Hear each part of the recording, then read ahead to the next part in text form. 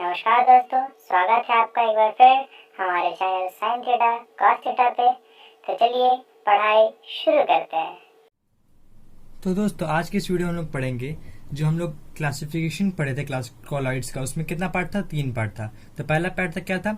Physical state of disperse phase and dispersion medium. और दूसरा क्या था? Nature of interaction between disperse phase and dispersion medium. तो पहले हम लोग कल पढ़ लिए थे जिसमें 8 टाइप ऑफ कॉलॉइडल सिस्टम पढ़े थे। अब हम लोग क्या पढ़ेंगे? यहाँ पर दूसरा पार्ट पढ़ेंगे मतलब interaction between disperse phase and dispersion medium. जो इंटरेक्शन का शर्त पे कि सेपरेट किया जा रहा है 2 टाइप्स का ये कोलाइडल सॉल्यूशन को, उसको हम लोग पढ़ेंगे। तो पहला होता है एक लायोफिलिक एंड लायोफोबिक। क्या है? Lyophilic and lyophobic.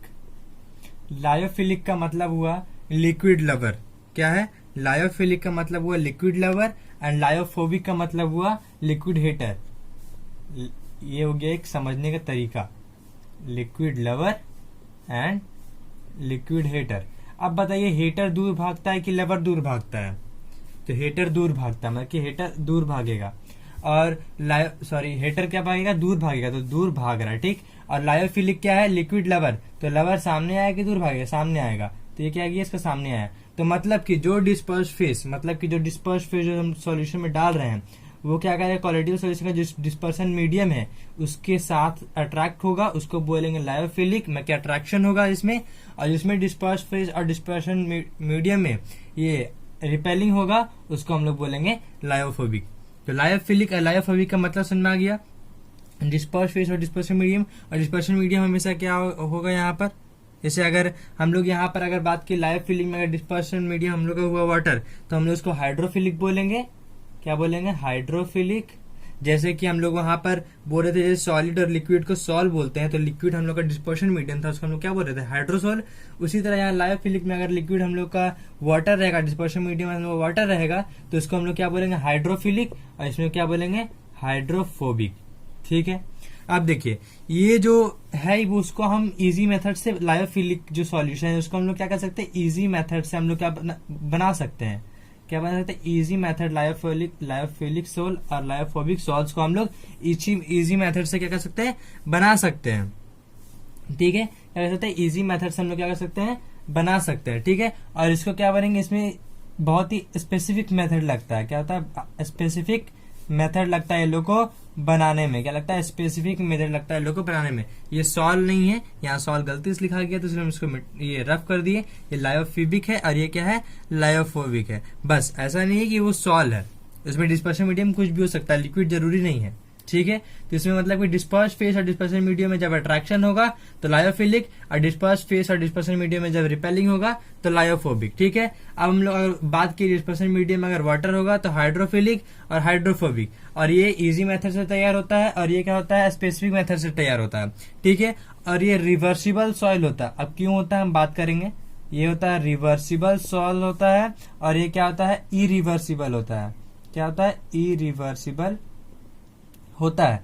क्यों होता है? जैसे कि अगर इसका डिस्पर्स फेस और डिस्पर्शन मीडियम में एक सॉल्यूशन तैयार कर गया है और उस सॉल्यूशन को अगर हम लोग बाय इवेपोरेशन मेथड अगर हम लोग इसको हटा रहे हैं, अगर हाइड्रोफिलिक बाय इवेपोरेशन मेथड हम लोग क्या कर रहे हैं? इसको हटा रहे हैं। तो इसको हटाने के बाद जो हट गया, डिस्पर्स फेस और डिस्पर्शन मीडियम अलग अलग हो गया, डिस्पर्स फेस और डिस्पर्शन मीडियम क्या हो गया? अलग अलग हो गया। तो उसको हम लोग दोबारा से सेपरेट दोबारा से एक साथ अट्रैक्शन में ला सकते हैं। अट्रैक्शन को हम लोग हटा दिए तो क्या होगा? वो दोबारा से आ सकता है।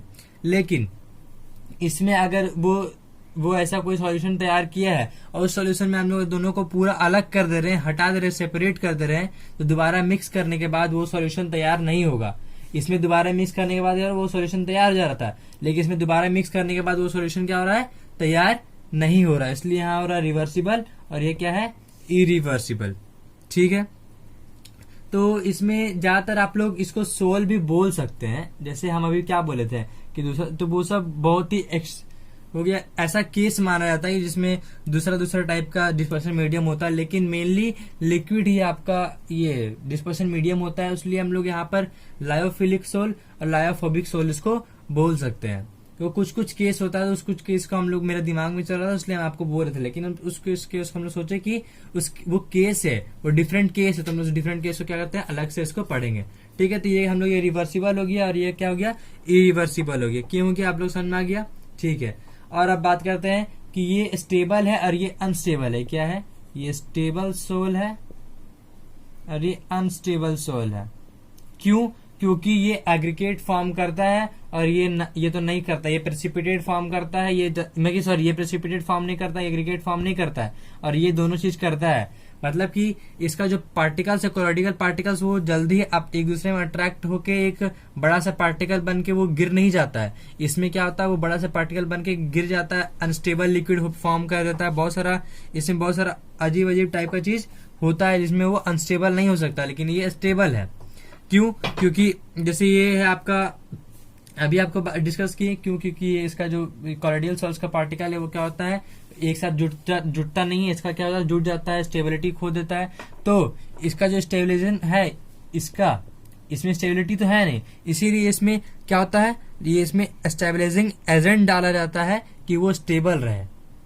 क्या है, स्टेबलाइजिंग एजेंट डाला जाता है कि वो स्टेबल रहे। एक रीजन और भी है, क्योंकि ये लिक्विड लवर है तो वो क्या होगा, अट्रैक्ट करके एक साथ रहेगा, और ये हीटर है तो क्या होगा, ये अट्रैक्ट नहीं करेगा, रिपेल करेगा तो दूर भागेगा, तो ये स्टेबल नहीं है। ये क्या है, स्टेबल है। समझ में आ रहा है ना बोलने का मतलब। ठीक है, तो ये सब चीज था इसका लायोफिलिक और लायोफोबिक का। ठीक है, अब हम लोग जो तीसरा पार्ट था, types of particles of the disperse phase, उसमें कि डिस्पर्स फेस में जो ये सॉल्यूट पार्टिकल्स था, वो macro molecular, multi molecular, associate colloids, ये सब के बारे में अभी हम लोग पढ़ेंगे। ठीक है, यहाँ तक इतना रहने देते हैं।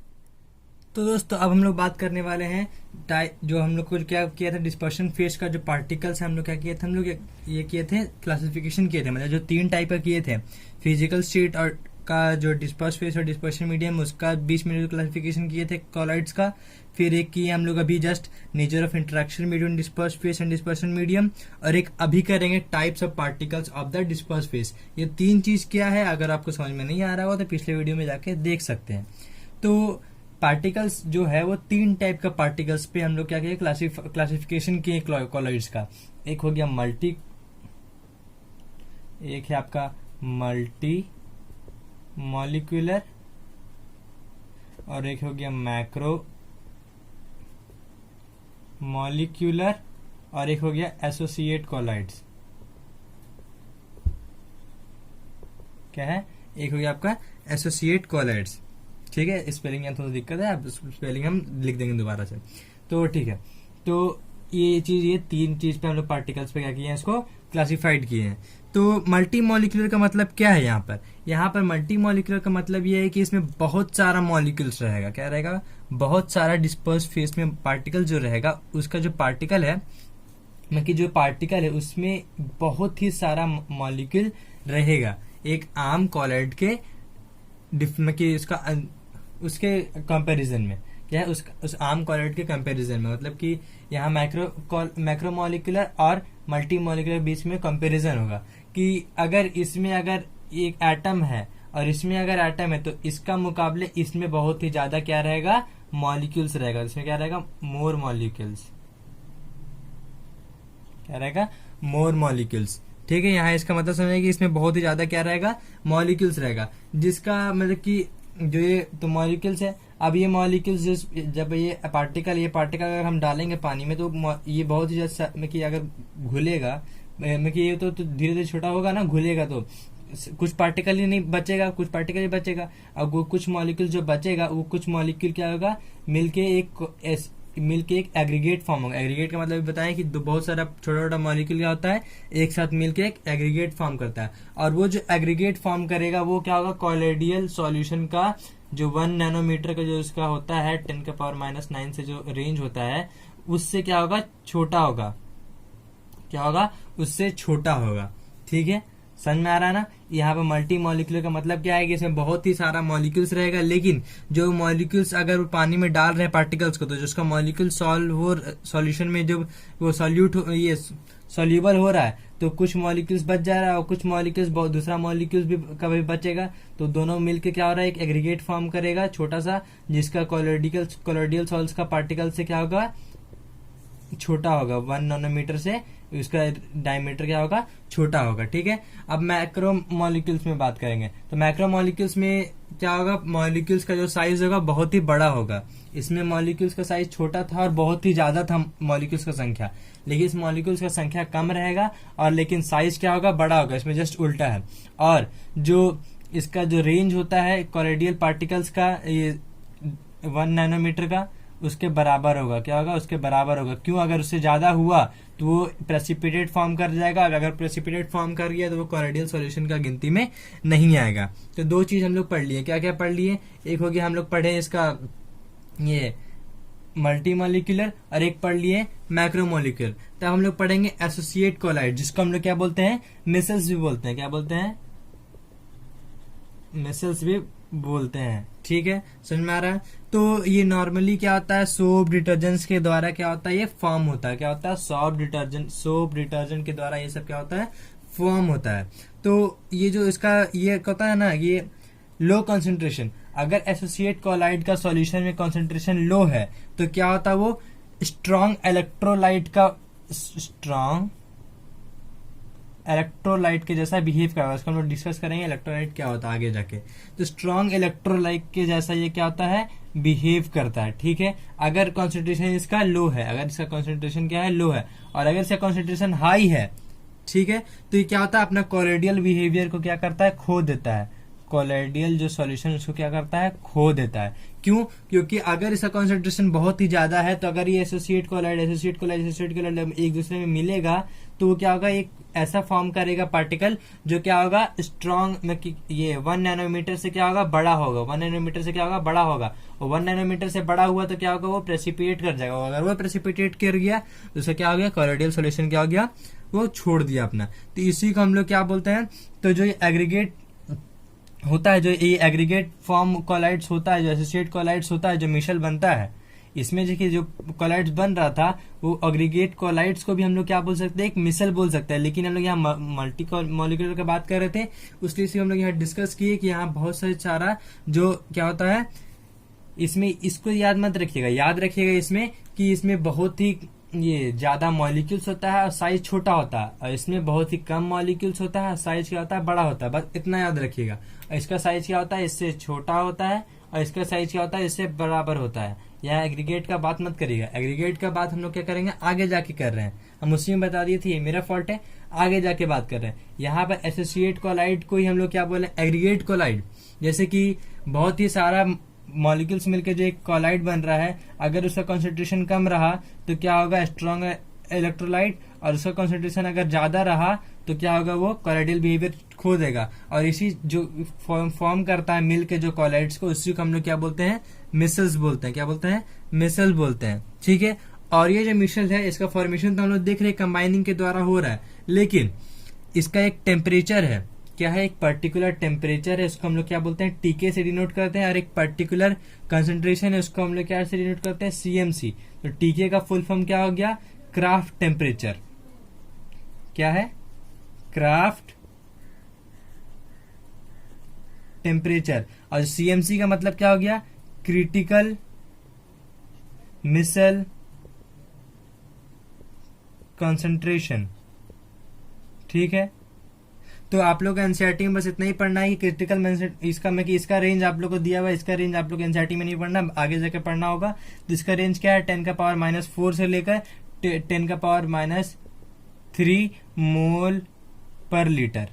इसका कॉन्सेंट्रेशन इतना है। आप लोग को यहाँ पर सामने अच्छा से दिख रहा होगा कि 10 का पावर क्या है, यहाँ पर आप लोग दिख रहा है -4 है। क्या है, 10⁻⁻4 है। ठीक है, और ये 10 का पावर क्या है, -3 है। बाकी इसका रेंज का क्रिटिकल सीएमसी होता है, और क्राफ्ट टेम्परेचर का एक, ये दोनों एक पर्टिकुलर फिक्स होता है मिसल फॉर्मेशन के लिए। अब वो रेंज फिक्स होता है, वो रेंज में होगा तभी वो क्या होगा, मिसल फॉर्मेशन होगा, नहीं तो वो मिसल फॉर्मेशन नहीं होगा। तो यहाँ पर देखिए कंसंट्रेशन क्या हो रहा है, इतना रेंज है। अगर इससे कंसंट्रेशन हाई हो जाएगा तो मतलब कि वो कंसंट्रेशन हाई रहेगा। अगर हाई कंसंट्रेशन रहेगा तो वो कोलाइडल बिहेवियर क्या करेगा, वो खो देगा। तो हम लोग यहाँ क्या क्या पढ़े, तीन टाइप की चीज को पढ़े हैं। क्या पढ़े हैं, मिसल पढ़े हैं, मैक्रोमोलिकुलर पढ़े हैं, और क्या है, मल्टी मोलिकुलर कोलाइड्स पढ़े हैं। ठीक है, तो अब हम लोग जो पढ़े मिशल, क्या पढ़े यहाँ मिसल पढ़े कि यहाँ दो पार्टिकल कंबाइन होकर बन रहा है किसका, सोप का, जैसे सोप का हो गया, डिटर्जेंट का हो गया, मेनली इसी से बनता है। तो ये कैसे फॉर्म होता है सोप और डिटर्जेंट के द्वारा, उसको हम लोग पढ़ेंगे, मतलब मैकेनिज्म ऑफ मिसल फॉर्मेशन, इसको अभी हम लोग क्या करेंगे, पढ़ेंगे इसको अभी, ठीक है। तो दोस्तों अभी हम लोग पढ़ेंगे mechanism of micelle formation. Mechanism micelle formation पढ़ते पढ़ते हम लोग क्या पढ़ लेंगे, क्लींजिंग एक्शन ऑफ सोप, मैं कि इसी से रिलेटेड, बस क्या होता है थोड़ा सा हल्का सा और आगे बढ़ना होता है, ठीक है। तो देखिए जैसे कि सोप है, सोप का मेनली जो सोडियम स्टीरेट का जो मेनली जो बहुत ही ज्यादा सोप में, बार सोप में पाया जाता है, तो उसका फॉर्मूला क्या होता है, CH3CH2 whole 16 COO minus Na plus, ठीक है। तो इसको हम लोग बनाते हैं RCOO माइनस Na प्लस। ये मेनली क्या होता है सोप में पाया जाता है, क्या होता है, इस सोप का एक मेजर कंपोनेंट होता है, क्या होता है, मेजर कंपोनेंट होता है, बहुत ही ज्यादा ये सोप का। तो हम लोग क्या होगा, इस सोप का जो भी स्ट्रक्चर होगा उससे हम लोग क्या इससे डिनोट करेंगे, क्या करेंगे, इससे डिनोट हम लोग करेंगे, ठीक है। तो सोप का स्ट्रक्चर कैसा होता है, देखिए बीच में सेंटर में क्या होगा, एक ऑयली पार्टिकल रहेगा, क्या होगा, ऑयली पार्टिकल रहेगा, इससे क्या होगा, एक फैटी एसिड चेन निकला हुआ रहेगा, क्या रहेगा, फैटी एसिड चेन निकला हुआ रहेगा, इसको हम लोग बोलते हैं फैटी एसिड चेन बोलते हैं। और यहाँ पर एक पार्टिकल रहेगा, ये पार्टिकल अभी नेमिंग हम लोग देंगे, ठीक है। यहाँ पर एक पार्टिकल रहेगा, इस टाइप का हम लोग क्या होता है सोप का स्ट्रक्चर होता है। ये हो गया आपका Na प्लस, ठीक है, और ये हो गया आपका COO माइनस, ठीक हो गया। बाकी जैसे कि अगर हम लोग RCOO और Na माइनस को हम लोग क्या करते हैं, डिजोल्व करते हैं, क्या करते हैं, पानी में हम लोग क्या करते हैं, इसको डिजोल्व करते हैं, तो ये क्या होता है, टूट जाता है RCOO और Na प्लस आयन में। तो ये RCOO का ये O माइनस का ये चैन हो गया, और ये Na प्लस क्या हो गया आपका, ये पार्ट हो गया। तो जो Na प्लस होता है वो क्या होता है, हाइड्रोफिलिक होता है, क्या होता है, हाइड्रोफिलिक होता है, हाइड्रोफिलिक होता है। और जो ये होता है, जो चेन होता है वो क्या होता है, फैटी एसिड चेन होता है, हाइड्रोफोबिक होता है, हाइड्रोफोबिक होता है, ठीक है। तो अब हम लोग बात कर रहे हैं कि जब ये पानी में जाएगा, हम लोग मेनली कुछ साबुन को जो किससे, पानी से साफ करते हैं, तो अगर ये मिसल कि ये सोप है, जो सॉरी मिसल बोला गया था, ये सोप अगर ये पानी में जा रहा है, तो ये जो Na प्लस है वो क्या है, हाइड्रोफिलिक है, मतलब कि वो पानी से अट्रैक्ट होकर क्या होगा, डिजोल्व हो जाएगा, ये पानी के साथ अट्रैक्ट होकर डिजोल्व हो जाएगा, तो क्या बचेगा, RCOO माइनस। तो अब इसका जब हेड यहाँ निकल गया, तो इसका हेड के लिए कुछ तो चाहिए होगा पार्टिकल, तो हेड का जो पार्टिकल यहाँ चाहिए होता है, तो यहाँ पर कभी कभार डस्ट पार्टिकल भी अट्रैक्ट हो जाता है, नहीं तो वो जो नॉन पोलर टेल है और किसी का वो क्या होता है, किसी और का चेन क्या किसी भी और किससे क्या होता है, वो एग्रीगेट कर जाता है, किसी चीज से वो अट्रैक्ट कर जाता है, लेकिन वो डिस्पर्शन मीडियम से क्या होता है, रिपेल करता है। संमारण में यहाँ मेनली डस्ट पार्टिकल क्या हो गया, अट्रैक्ट हो गया, क्या हो गया, मेनली डस्ट पार्टिकल क्या हो गया, यहाँ पर अट्रैक्ट हो गया। अगर यहाँ पर डस्ट पार्टिकल अट्रैक्ट हो रहा है, तो आप लोग यहाँ देख रहे हैं कि डस्ट पार्टिकल का दूसरा मॉलिक्यूल और ये जो जाके यहाँ पर एक साथ देखे, डस्ट पार्टिकल मॉलिक्यूल, ये फैटी एसिड चेन, ये मॉलिक्यूल क्या होता है, इस चेन के बदौलत क्या जाता है, यहाँ ऑयल जो सेंटर में ऑयल रहता है वहां पर चला जाता है, सारा चीज के साथ वही होगा, सारा पार्टिकल के साथ क्या होगा, वही होगा, यहाँ पर हुआ। अब जब यहाँ सेंटर में चला गया तो देखिए एक साथ कंबाइन हुआ, और एक साथ कंबाइन होके उतना ही डायमीटर में फॉर्म करता है कि वो एग्रीगेट में, कि वो क्या करे, ये प्रेसिपिटेट फॉर्म ना कर जाए, मतलब कि उसका जो 1 नैनोमीटर से क्या होता है, वो छोटा ही होता है, क्या होता है, 1 नैनोमीटर से क्या होता है, उसका पार्टिकल छोटा ही होता है। समझ रहे हैं ना क्या हम बोल रहे हैं। तो जो ये पार्टिकल यहाँ फॉर्म कर गया उसी को हम लोग क्या बोलेंगे, मिसल बोलेंगे, क्या बोलेंगे, मिसल बोलेंगे। समझ में आ रहा है ना, ठीक है। तो यहाँ हम लोग क्या बोल रहे हैं कि एक ये जो होता है सॉफ्ट मॉलिक्यूल, उसमें क्या होता है, सेंट्रल पार्ट में क्या होता है, ऑयल पार्टिकल्स होता है, और जो उसका किनारे किनारे कैसे से घिरा होता है, फैटी एसिड चेन से। फैटी एसिड चेन के आगे में क्या लगा हुआ रहता है, वो आपका Na प्लस आयन लगा होता है। तो फिर जो आयंस होता है वो क्या होता है, आपका हाइड्रोफिलिक होता है, और जो चेन होता है वो क्या होता है, हाइड्रोफोबिक होता है, ठीक है। तो हम लोग क्या कहते हैं, when soft molecules are come into contact with the dirt particles, then hydrophilic ions get a soluble in water and dirt particles get attracted in fatty acid chain, ठीक है। यहाँ पर मैं कि हाइड्रोफोबिक पार्ट से, ठीक है, हाइड्रोफोबिक पार्ट से वो अट्रैक्ट हो गया, तब क्या हो गया, मिसल फॉर्म करता है, क्या होता है, यहीं पर मिसल क्या हो जाता है, ये फॉर्म करता है। यहाँ पर भी जाके वो फॉर्म करता ही है, लेकिन मेनली क्या होता है, यहाँ पर ही जाके हम फॉर्म करता है, हम क्या यहाँ पर, ठीक है। आप यहीं पर बोल सकते हैं मेनली, यहाँ पर आप मत ही बोलिए, क्योंकि वो एक क्या होगी, एक मॉलिक्यूल टाइप का अलग से वो फॉर्म कर जा रहा है, लेकिन यहाँ पर क्या हो रहा है, यहाँ पर फॉर्म हो रहा था। इसी तरह कुछ क्लिंजिंग एक्शन भी होता है किसका, सोप का, कि डस्ट पार्टिकल क्या हुआ, सोप को जब हम लोग डाले पानी में तो क्या होता है, डस्ट पार्टिकल यहाँ अट्रैक्ट हुआ, डस्ट पार्टिकल अट्रैक्ट होने के बाद वो इसी तरह यहाँ नीचे जाता है, और जो ये मिशल फॉर्म करता है, मिशल यहाँ फॉर्म करे चाहे यहाँ फॉर्म करे, इतना बड़ा सा फॉर्म करे, वो मिशल तो फॉर्म कर रहा है ना। मेरा बोलने का मतलब क्या था कि ये वो डस्ट पार्टिकल्स क्या हो रहा है, यहाँ जाकर अट्रैक्ट हो रहा है कि मिशल फॉर्म कर रहा है। लेकिन अगर आप बोलेंगे कि नहीं, अभी आप जो रीड किए उसके अनुसार तो ये मिशल यहाँ पर फॉर्म कर रहा है, तो देखिए जब यहाँ पर वो फॉर्म कर रहा है मिशल, यहाँ पर मान लीजिए बहुत सारा पार्टिकल मिलके फॉर्म कर रहा है, लेकिन यहाँ पर बोलने का मतलब क्या था मिशल का, कि दो मॉलिक्यूल्स क्या होता है, दो मॉलिक्यूल्स एक साथ मिलके क्या होता है, दो या उससे ज्यादा मॉलिक्यूल्स मिलके क्या होता है, एक पार्टिकल एग्रीगेट फॉर्म करता है, जो क्या होता है 1 नैनोमीटर से क्या होता है, छोटा होता है।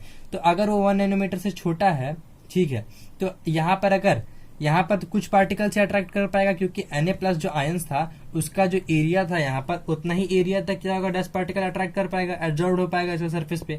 अगर इसका सरफेस पे इतना ही अट्रैक्ट हुआ तो देख रहे हैं कि ये बहुत ही स्मॉल हो रहा है, यहाँ स्मॉल है, यहाँ स्मॉल है, यहाँ स्मॉल है, बहुत ही ज्यादा ही स्मॉल है।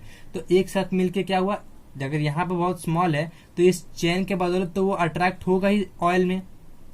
अगर मान लीजिए कुछ केस हुआ जिसमें अट्रैक्ट नहीं हुआ, चेन के बदौलत ये क्या होगा, अट्रैक्ट होगा ही। अट्रैक्ट हो रहा है तो ये क्या हो रहा है, यहाँ मिसल यहीं पर फॉर्म कर रहा है ना, आप बोल रहे हैं यहाँ पर, लेकिन मिसल तो एक्चुअली में यहाँ फॉर्म हो रहा है।